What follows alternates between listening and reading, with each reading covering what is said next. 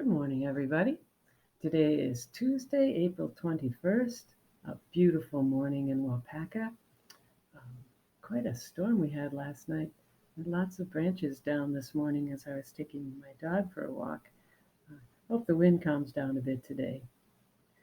So, yesterday I finished reading and commenting on conclusions that were turned in, and today I'll get back to the ones that are filled in but missing, marked missing. It was really fun to see the growth. You're doing a really good job um, revising those flash drafts. You really get how to write a conclusion now, so it was fun to see. And I'm looking forward to reading these position papers with all the different topics. Just be sure that you've gathered enough evidence, and then sit back and be sure you add enough of your own personal experience and your own thinking to develop those paragraphs. And have fun with craft. I'm looking forward to seeing um, some writers taking more risks, um, really looking for the right word, a fun way to express things using comparisons. So um, really put some effort into those craft moves. Okay, that's conclusion. I'm going to move up here to the essay plan. All right, so here's a blank one. As you're working on your post assessment, um, you don't have to turn in your plan or your evidence sheet because they should be open right beside you.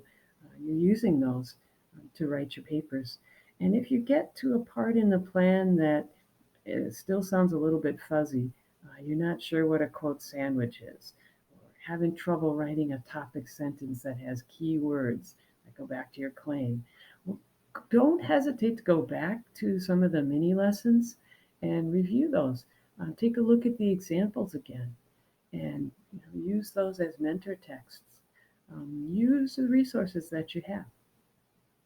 So you have 4 days this week, starting yesterday, to write those position papers, those post assessments.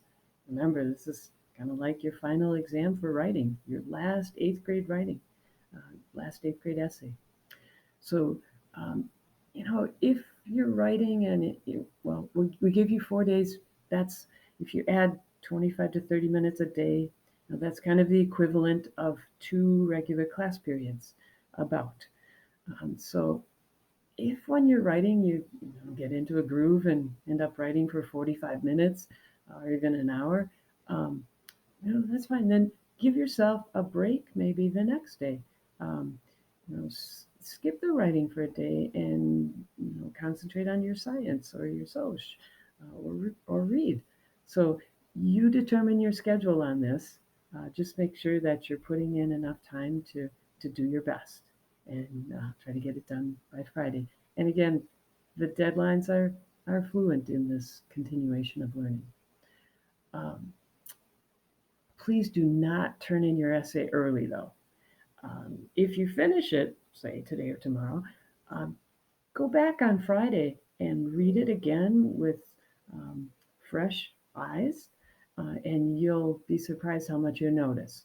So, kind of read it out loud, looking for awkward sentences. You'll notice when words might be missing, or maybe that you need a transition from this sentence to the next. It doesn't quite connect right.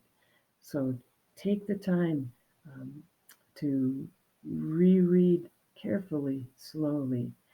Remember, use all those proofreading tools that you have at your disposal. Don't ever, ever, ever, in any subject, forever, turn in an assignment that has a red or a blue line under any of the words. Make sure you fix all those. And do use the evaluation resources for checking your progress.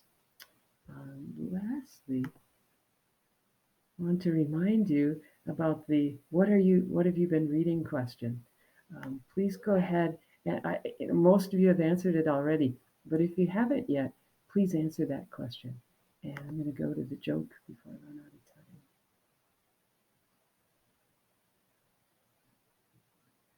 So remember, use that thesaurus when you're doing your editing. Take care, everybody. Stay healthy and